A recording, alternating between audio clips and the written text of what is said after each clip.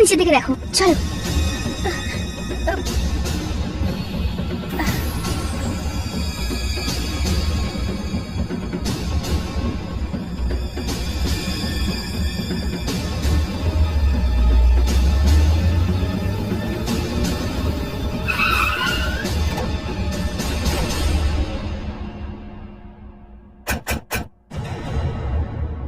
বরুণ, এটাই কি ওর বাড়ি?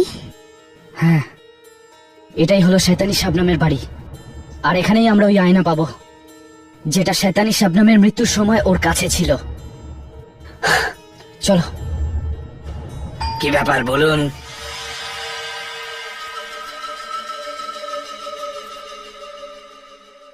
বলুন কি দরকার?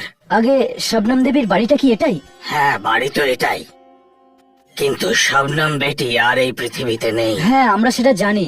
আসলে আমরা তিনজন ওনার বন্ধু। কিছু কাজ ছিল? হ্যাঁ, আমরা কি ওনার ঘরের ভেতরে জিনিসপত্র দেখতে পারি? জিনিস তো তখনই দেখা যায় যদি কিছু থাকে। মানে? মানে হলো গিয়ে শবনম বেটির মৃত্যুর পর ওনার মা এসেছিল এখানে। উনি ঘরের সমস্ত মালপত্র বেচে দিয়ে চলে গেছেন। বিক্রি করে? ওই ওই আয়নাটা? ওনার কাছে একটা আয়না ছিল, খুব অদ্ভুত আর অনেক পুরনো। ওটাও সব জিনিসপত্রের সঙ্গে বেচে দিয়েছে। কাকে বিক্রি করেছে? বান্দ্রাতে এক পুরনো ফার্নিচারের দোকান আছে, ওখানেই সব বেচে দিয়েছে।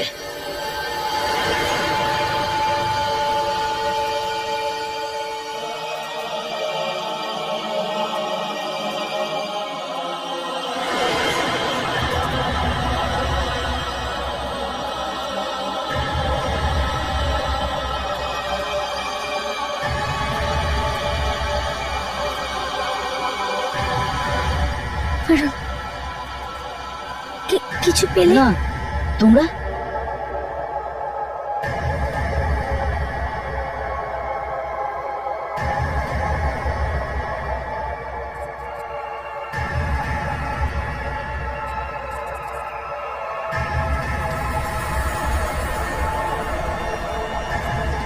বরুণ, এটা ওই আয়না। হ্যাঁ, এটা তো সেই আয়না। সোনিয়া, এখানে আসো, এই আয়নাটার সামনে দাঁড়িয়ে যাও। বরুণ, কিন্তু আমি আমি ওই শয়তানি শাবনাম। সোনিয়া, যেমনটা বলছে তেমনটা করো। এখানে এসো।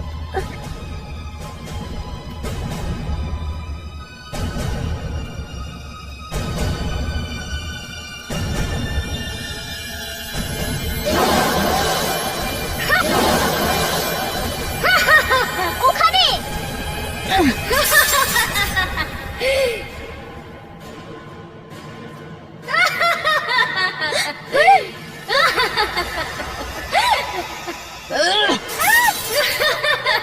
সোনিয়া, কি হলো?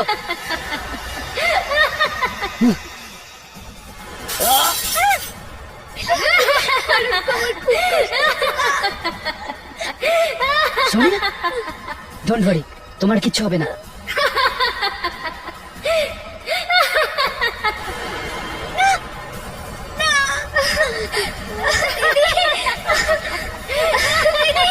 সোনিয়া, ওঠো।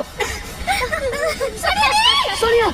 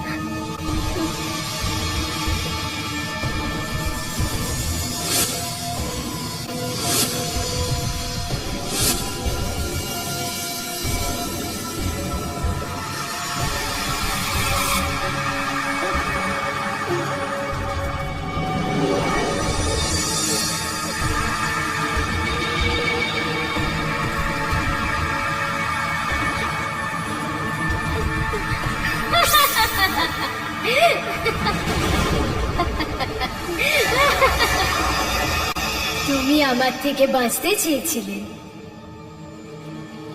কিন্তু বাঁচতে পারবে না, কিছুতেই বাঁচতে পারবে না।